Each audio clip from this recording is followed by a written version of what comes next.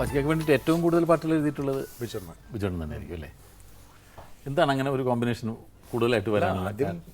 ആദ്യത്തെ പടത്തിന് തന്നെ. ആദ്യത്തെ പടം എന്ന് പറഞ്ഞത് ഇപ്പം മഞ്ഞിൽ വിരിഞ്ഞ പൂക്കളുടെ മുമ്പ് ഒരു പടം ഞാൻ ചെയ്തിട്ടുണ്ട്, തീക്കടൽ എന്ന് പറഞ്ഞ പടം. അതിൽ ഒരു സിറ്റുവേഷനുണ്ട്, ഗുണസിംഗും പിന്നെ കുമരകൻ രാജപ്പനുമായിരുന്നു എൻ്റെ സംഗീതം. അപ്പോൾ അതിൽ ഗാനം എഴുതാൻ വേണ്ടി ഒരാളെ കൊണ്ടുവന്നു. അവസാനം അങ്ങേര് എഴുതുന്നതൊന്നും ശരിയാകുന്നില്ല.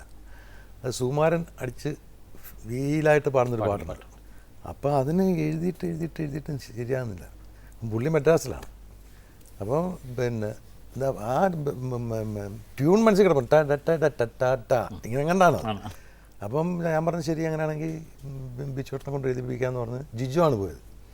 ജിജു പോയി ആദ്യത കൊടുത്തു കഴിഞ്ഞാൽ ബിജു ഫോണിൽ കൂടെ പറഞ്ഞു, എന്നെ വിളിച്ചിട്ട് പാച്ചി നമ്മളൊക്കെ എന്ത് വണ്ടന്മാരാണ്, അത് നമുക്കെഴുതായിരുന്നു.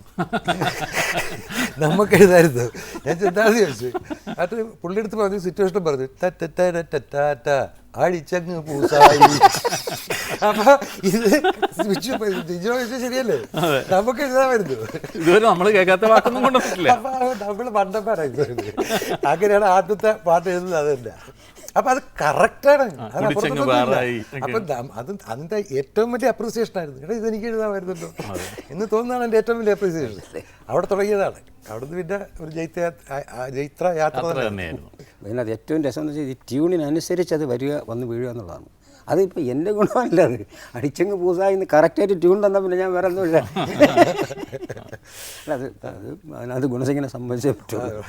പച്ചക്കറി പടങ്ങളിൽ എഴുതിയ പാട്ടുകൾ പെട്ടെന്ന് പറഞ്ഞാൽ ബിച്ചോട്ടിന് ഓർമ്മ വരുന്നത് ഏത് സിനിമയിലെ പാട്ടുകളായിരിക്കും? അല്ല, ഓഫ്കോഴ്സ് ബാലഗോപാലൻ നിർമ്മിക്കുന്ന പടത്തിന് അതിനകത്ത് അതുപോലെ വലുതായിട്ട് അത്രയും എനിക്കും പാട്ടിനും ഒക്കെ ഇത്രയും പ്രശസ്തി ഉണ്ടാക്കി കൊടുത്തത് എനിക്ക് തോന്നുന്നില്ല വേറെ ഒരെണ്ണം. പുള്ളി കുറച്ച് പാട് കേട്ടു കേട്ടോ. കഥ കേട്ട് കഴിഞ്ഞപ്പം ഈ അമ്മയും മോനും തമ്മിലുള്ള സ്നേഹബന്ധത്തിന് പുള്ളിയുടെ മനസ്സിൽ എന്തോന്ന് കയറിപ്പോയി. നീലക്കൊടുവേലിയുടെ വേരില്ലേ, അതെന്തോ അമൂല്യമായ സംഭവമാണ്. അപ്പം ആ നീലക്കൊടുവേലിയുടെ വേരിനോടാണ് ഈ അമ്മയ്ക്ക് കുഞ്ഞിനെ തോന്നുന്ന എന്തോ സങ്കല്പം കയറിപ്പോയി. അതുകൊണ്ട് എഴുതുന്ന മുഴുവൻ നീലക്കൊടുവേലി. അപ്പം എനിക്കത് ജനകീയമായിട്ട് തോന്നുന്നില്ല. പുള്ളി അതിൽ നിന്ന് വിട്ടുമാറാൻ സമയം എടുക്കണം. അത് മനസ്സിൽ കയറിപ്പോയി. നല്ലൊരു തോട്ടാത്.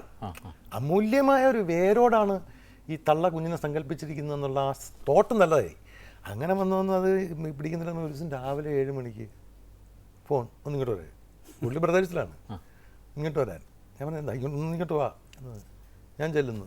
കളം കൊണ്ട് കൊടുത്തിട്ട് കിടക്കുക കട്ടില് പാടി കേൾപ്പിക്കുന്നു.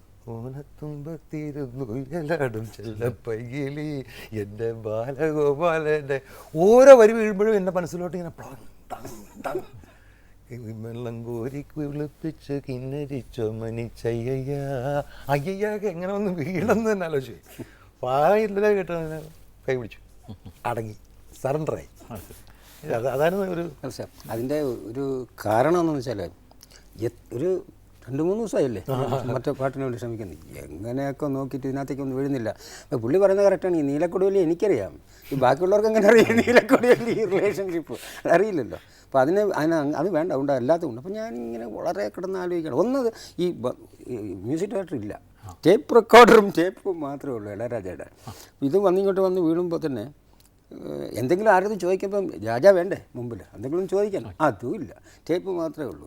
താരാട്ടിൻ്റെ ശൈലിയിലാണോ പാട്ടെന്ന് ചോദിച്ചാൽ അല്ല, അതുമല്ല. നമ്മൾ താരാട്ടം എന്ന് പറയുമ്പോൾ നമ്മൾ കേട്ടിട്ടുള്ള മറ്റേ ഒമന തിങ് ഒക്കെ ആണല്ലോ. അതൊക്കെ പോയിട്ട് ടെറ്റ. പക്ഷേ അതിനകത്ത് ഇപ്പോൾ എനിക്ക് തോന്നിയല്ല എനിക്ക് ഇടയ്ക്കൊന്ന് പറയുകയും ചെയ്തു, നമുക്ക് ഇതിനകത്തൂടെ പയ്യൻ്റെ വളർച്ച ഡെവലപ്പ് ചെയ്തുകൊണ്ട് വന്നാൽ നന്നായിരിക്കുമെന്നൊന്നും പറഞ്ഞാൽ എനിക്ക് ചെറിയൊരു ഓർമ്മയുണ്ട്.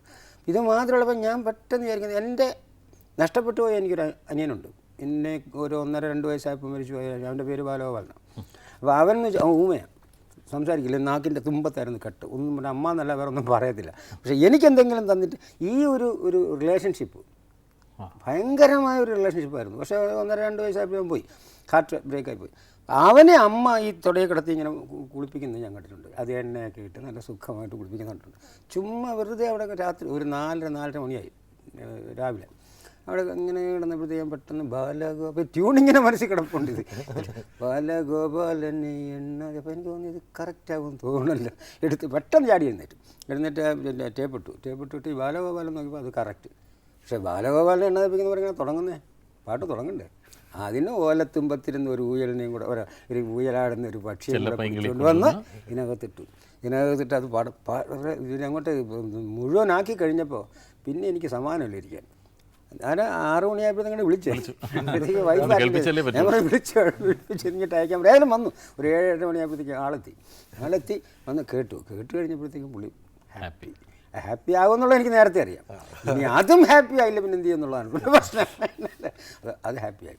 പക്ഷെ അതൊന്നുമല്ല എന്നെ ഹാപ്പി ആക്കിയത്. ഇതെല്ലാം കഴിഞ്ഞ് അമേരിക്കയിലെ അതൊരു പിന്നെ അമേരിക്കയിലെ തെംസ് നദിയുടെ അഴുക്ക് മാറ്റാൻ വേണ്ടി അത് കംപ്ലീറ്റ് ഈ ഫാക്ടറിയുടെ ഒക്കെ വന്നിട്ട് പോകുന്നതിന് വേണ്ടി അതിനു വേണ്ടി പിന്നെ ബ്രിട്ടീഷുകാരനായ ഒരാൾ കേരളവും എല്ലാ രാജ്യങ്ങളും ഓടി നടന്ന് പാടി കാശുണ്ടാക്കുന്നു അതിൻ്റെ മാലിന്യം മാറ്റാൻ വേണ്ടി.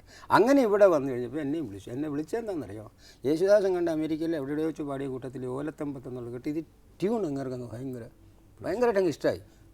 ബ്രിട്ടീഷുകാരനാണ്, എനിക്കത് ഇഷ്ടമായി. കൈ കഴിഞ്ഞപ്പോൾ അയാളത് ടേപ്പ് ചെയ്തു. ഇതിൻ്റെ മീനിങ് മുഴുവൻ വേറെ ആരത്തോ ചോദിച്ചൊക്കെ എഴുതിയെടുത്തു.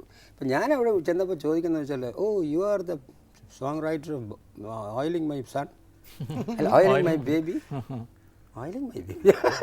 ഒരു പിടിയും കിട്ടിയില്ല, എനിക്കൊന്നും മനസ്സിലായില്ല. അപ്പോൾ ഇങ്ങനെ ട്യൂൺ ഇട്ടു കഴിഞ്ഞാൽ പിന്നെ അറിയില്ല. ഞാൻ പറഞ്ഞാൽ പിന്നെ പുള്ളി അവിടുന്ന് അങ്ങേരെഴുതിയ ഈ പോർഷൻ അത് അത്ഭുതമാണ്. വാസ്തവത്തിൽ ഇല്ലയെന്ന് പറയാക്കില്ല. ഒരു ഇംഗ്ലീഷുകാരൻ ഒരു മലയാളം പാട്ട് ആസ് ഇറ്റ് ഈസ് അങ്ങനെ ഇംഗ്ലീഷിലാക്കി എടുക്കാന്ന് വെച്ചാൽ അത്ഭുതപ്പെട്ടു.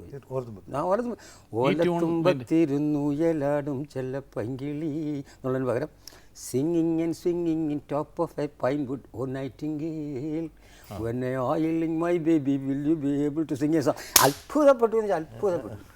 അയാൾ ആ ട്യൂണിൽ തന്നെ when I oiling my baby will you be able to sing a song. അയാൾ ഇതിനകത്ത് വായിക്കുന്നൊക്കെ ആളാണ്. ഇതൊക്കെ പാടി നടന്നാണ് ഇങ്ങനെ കിടക്കുന്നത്. അതായത് കാക്ക കൂടെ അവിടെ ഒറ്റ ദിവസം കൊണ്ട് പഠിപ്പിച്ച് അടുത്ത നിമിഷം അയാൾ ടി വിയിൽ അത് തന്നെ പാടി. സത്യം അത്ഭുതപ്പെട്ടു. ഇങ്ങനെ ഒരു പാർട്ടി അതാണ് എന്നെ വല്ലാതെ ആകർഷിച്ചളഞ്ഞത്. ഇതിന് ഇവിടം വരെയൊക്കെ വിലയുണ്ടോ ഈ ബാലഗോപാലന്? സത്യം. പിന്നെ മഞ്ഞൾ വിരിഞ്ഞ പൂക്കളുണ്ട്, അതെനിക്ക് പറയാതിരിക്കാനൊക്കില്ല. എന്നെ കുഴക്കിയ ഒരു സാധനമാണ്. എന്നെ എന്തിനാണ് വിളിച്ചതെന്ന് പോലും അറിയില്ല. കാരണം അപ്പച്ചൻ എന്ന് പറയുന്ന ഒരു പ്രതിഭയല്ലാതെ ബാക്കിയൊക്കെ പുതുമുഖങ്ങളാണ്. ആലോചിച്ച് നോക്ക്, ഡയറക്ടർ പുതുമുഖം, ഹീറോ പുതുമുഖം, വില്ലൻ പുതുമുഖം, ഹീറോയിൻ പുതുമുഖം, മ്യൂസിക് ഡയറക്ടർ പുതുമുഖം.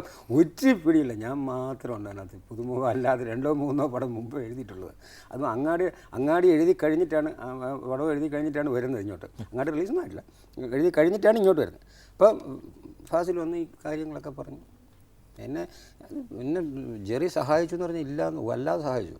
കാരണം ഞാൻ ഈ മൂഡ് ഔട്ട് ആകുമ്പോഴൊക്കെ ചുമ്മാ കയറി കിടക്കുമ്പോഴത്തേക്കും ഇരിക്കുന്നത് നമുക്കൊന്ന് വെളിയിൽ പോയിട്ടാണ് എന്ന് പറഞ്ഞ് പതുക്കെ അവിടെ നിന്ന് പുറത്തിറങ്ങി ഒരു ട്രിപ്പ് ആലപ്പുഴ അങ്ങനെ കടലിൻ്റെ കരയിൽ കൂടെ ഇങ്ങനെ നടന്നൊക്കെ വന്നപ്പോൾ മഴ അങ്ങ് വീഴും. പലപ്പോഴും മഴ സഹായിക്കും എന്നുള്ളതാണ്. മഴ അങ്ങ് ഞങ്ങൾ രണ്ടും നനഞ്ഞു, സുഖമായിട്ട് നനഞ്ഞ് വന്ന്. അന്ന് എനിക്ക് തോന്നുന്നു ദേവസ്വം അവിടെ എവിടെയായിരുന്നു അല്ലേ, അറസ്റ്റ് ചെയ്തു. അവിടെ കയറി. അപ്പം ഇങ്ങനെ ഇപ്പോൾ പെട്ടെന്ന് ഈ ട്യൂൺ ഇട്ട് കഴിഞ്ഞപ്പോഴത്തേക്ക് ഇങ്ങനെ ഇതിൻ്റെ മഴയത്ത് വിരിഞ്ഞ 2 പൂ. സത്യം ആ വാക്കാണ്, മഴയത്ത് വിരിഞ്ഞ ഈ മഞ്ഞൾ വിരിഞ്ഞ പൂക്കളം എന്ന് പറഞ്ഞാൽ എൻ്റെ ടൈറ്റിലല്ല. മഞ്ഞൾ വിരിഞ്ഞ പൂക്കളം എന്ന് പറഞ്ഞാൽ എൻ്റെ ടൈറ്റിലല്ല, ഇദ്ദേഹത്തിൻ്റെ. ഈ മഴയത്ത് വിരിഞ്ഞ പൂകിന്നാണ് മഞ്ഞൾ വിരിഞ്ഞ. ഊട്ടിയിലാണ് ഷൂട്ടിങ്. ഇതൊക്കെ നമ്മൾ കേട്ടല്ലോ, എല്ലാം കേട്ടോ. അപ്പം ഊട്ടിയിലല്ലേ, അപ്പോൾ ഏതായാലും മഞ്ഞ് അവിടെ ഉണ്ടെന്നുള്ളത്. അപ്പം മഴയത്ത് വിരിഞ്ഞ പൂക്കളിൽ നിന്ന് നേരെ അങ്ങ് മഞ്ഞൾ വിരിഞ്ഞ പൂക്കളിലേക്ക് പോയി. പക്ഷേ അത് പാടി ട്യൂൺ ഇട്ട് കഴിഞ്ഞിട്ട് എഴുതി കഴിഞ്ഞപ്പോൾ കറക്റ്റ് അത് പാടി കഴിഞ്ഞിട്ട് മഞ്ഞൾ വിരിഞ്ഞ പൂവേ പറയുന്നുള്ള പൂവേ, അതിൻ്റെ മഞ്ഞൾ വിരിഞ്ഞ പൂക്കൾ മതിയല്ലോ ടൈറ്റിൽ. ഇത് ചില നിമിത്തങ്ങളൊക്കെ ചില നിമിത്തങ്ങളാണ്. അതായത് മഞ്ഞുകാലത്ത് പൂക്കൾ വിരിയാൻ പാടില്ല, പ്രകൃതിയുടെ നിയമമാണ്. വസന്തകാലത്താണ് വിരിയേണ്ടത്. മഞ്ഞുകാലത്ത് പൂക്കൾ വിരിഞ്ഞു കഴിഞ്ഞാൽ വസന്തത്തിന് വരാൻ പറ്റില്ല. അപ്പം മഞ്ഞിൽ വിരിഞ്ഞ പൂക്കളാണ് പ്രഭയും പ്രേമനും. അവർക്ക് വസന്തം ഇല്ലായിരുന്നു. അതെ, കറക്റ്റ്. അത് ഭരിക്കുന്നതായിട്ടാണല്ലോ പഠിത്തം. അതിപ്പോൾ എങ്ങനെയോ സംഭവിച്ചതാണെങ്കിൽ പോലും നമുക്ക് അതിന് വലിയ ഡയമെൻഷൻ കിട്ടി. പക്ഷെ അത് ഇത്രമാത്രം അതിനകത്ത് അർത്ഥം ഉണ്ടെന്ന് ഞാൻ വിചാരിച്ചില്ല. 2 ടൈറ്റിൽ, 2 മനോഹരമായ ടൈറ്റിൽ എനിക്ക് ദാനം ചെയ്തത് പുള്ളിയാണ്. മഞ്ഞൾ വിരിഞ്ഞ പൂവും മണിച്ചിത്രത്താഴ്. ശരി, ലിറിക്സിൽ നിന്നാണ് ഈ 2 ഞാൻ ടൈറ്റിൽ എടുത്തത്. സമാഗമത്തിൽ അടുത്ത അതിഥി ശ്രീ MG രാധാകൃഷ്ണനാണ്. ഞാൻ അദ്ദേഹത്തെ സ്നേഹപൂർവ്വം ഈ വേദിയിലേക്ക് ആനയിക്കട്ടെ.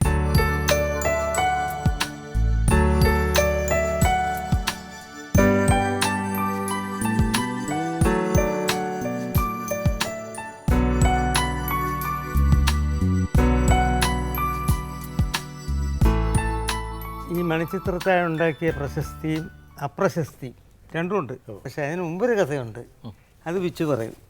നമ്മളവിടെ നിന്ന് ഒരു കാറിലല്ലേ ഇങ്ങോട്ട് വരുന്നത്. കാർ വന്നപ്പോൾ വർത്തമാനമൊക്കെ ഒക്കെ ഓരോ രണ്ടുപേർക്കും ഓരോ പൊതിയും തന്നിരുന്നു, ഓർമ്മയുണ്ടല്ലോ. ഞാൻ ഇങ്ങോട്ട് ഇങ്ങോട്ട് വരികയാണ്, ആലപ്പുഴയിൽ നിന്ന് തിരുവനന്തപുരത്തേക്ക് വരിക. അപ്പോൾ വർത്തമാനം പറഞ്ഞ് ഞാൻ ചെറുതായിട്ടൊന്ന് മയങ്ങി.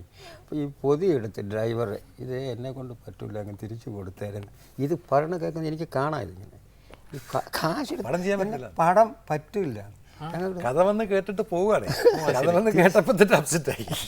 എന്നിട്ടങ്ങ് തിരിച്ചങ്ങ് കൊടുത്തേക്ക്. നമ്മുടെ തിരിച്ചു കൊടുക്കാൻ തിരിച്ചു വാങ്ങി. എന്ത് പറയണേ, നമുക്ക് ഒന്നിച്ച് ചെയ്യാം, നമുക്കൊന്ന് നോക്കാം, കയ്യൊരു ഫയറ്റ് നോക്കാം. ഈ പക്ഷേ ഫയറ്റ് 30 days 30 ദിവസം.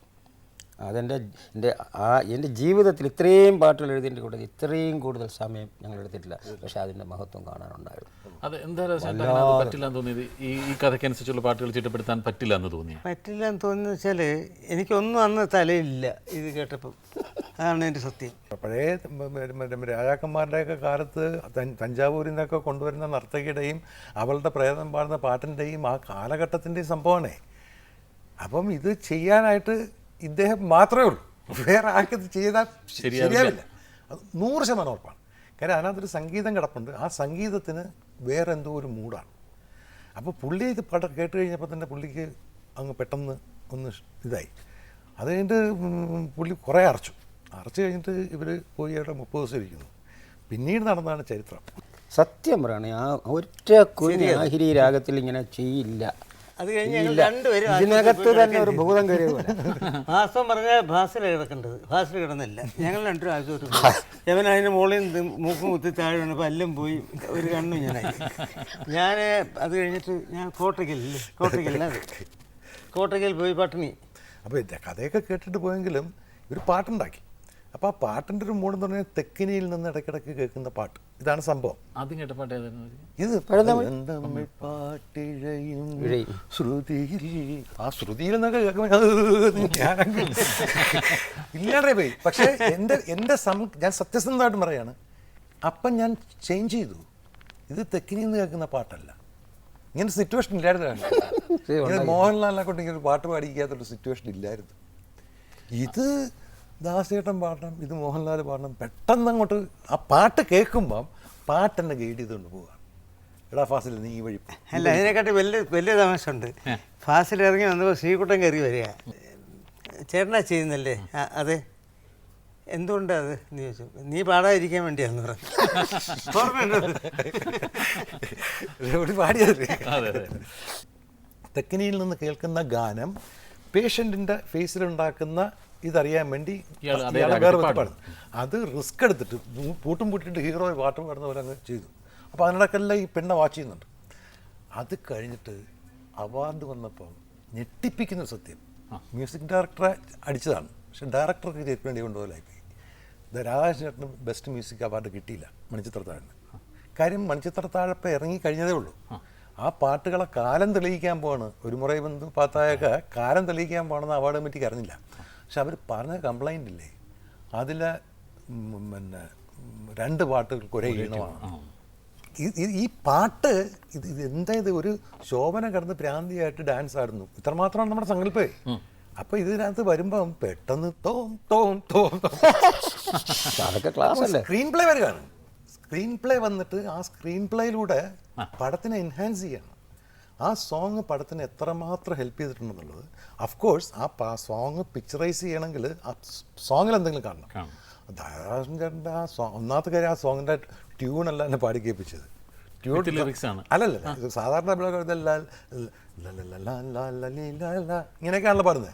ഇതെനിക്ക് മനസ്സിലാകാത്ത വേണ്ടി സ്വരങ്ങൾ വെച്ച് മാത്രം. എങ്ങനെയാണ് ഇത് പിന്നെ ഫാസിൽ ഉദ്ദേശം എന്താ വെച്ചാൽ, നീ എന്നെ വന്ന് കണ്ടോ? നീ ഇല്ല. അപ്പോൾ വന്നു കഴിയുമ്പോഴാണ്, അത് കഴിഞ്ഞപ്പോൾ എൻ്റെ രണ്ടാമതൊരു എക്സ്പ്രഷൻ ഉണ്ട്. നീ എന്തെങ്കിലും ഒന്ന് വന്നുകൂടെ നിനക്ക് എന്നോട്?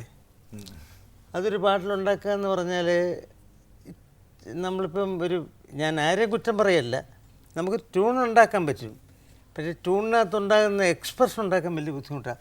ഒരു മുറൈ വന്ന് പാർത്തായ, നീ വന്നോടാ എൻ്റെ കല്ലേ, ഒരു മുറൈ വന്ന് പാർത്തായ എന്ന് ചോദിക്കുമ്പോൾ എന്ത് വ്യത്യാസം അതല്ലേ? അല്ലേ? പിന്നെ അത് പിന്നെ അതിൻ്റെ കോൺട്രിബ്യൂഷൻ ഫാസിലിൻ്റെ അത് ആ. എല്ലാ പടത്തിലുമുള്ള പാട്ടുകൾ ഏറ്റവും നല്ല പാട്ടുകൾ എന്ന് പറഞ്ഞ് 10 പാട്ട് വെക്കുകയാണെങ്കിൽ അതിൽ 3-4 പാട്ട് പിന്നെ പച്ചക്കടയായിരിക്കും അല്ലേ? സംശയമില്ല തീരെ. രാധാകൃഷ്ണൻ ചേട്ടൻ വിളിക്കുന്നതിന് മുമ്പ് പറഞ്ഞു ഒരു പാട്ട് നമ്മൾ കേട്ടിട്ട് ചിലപ്പോൾ ചില പാട്ടുകൾ നമ്മൾ തള്ളും, ചില പാട്ടുകൾ നമ്മൾ കൊള്ളും. ഞാനൊരു ഓഡിയൻസിൻ്റെ ഇതിൽ നിന്ന് പറയുകയാണ്. പക്ഷെ ഒരിക്കലും ഇത് പാട്ട് കേട്ടിട്ട് നമ്മൾ കൊള്ളൂല എന്ന് പറഞ്ഞ് തള്ളിക്കളയുമ്പോൾ ഈ പാട്ടിൻ്റെ പുറകിലെടുക്കുന്ന ഒരു പെയിൻ എന്താണെന്ന് ആളുകളും മനസ്സിലാക്കുന്നില്ല അല്ലേ? ഭയങ്കര പെയിൻ എടുത്തില്ല. 30 ദിവസം എന്ന് പറഞ്ഞാൽ എക്സാക്ട്ലി കറക്റ്റാണ്. ഇനിയും അങ്ങനെയുള്ള സിനിമകളും അങ്ങനെയുള്ള പാട്ടുകളും ഈ ഗ്രൂപ്പിൻ്റെ തന്നെ ഉണ്ടാവട്ടെ എന്നാണ് എൻ്റെയൊക്കെ പ്രാർത്ഥന.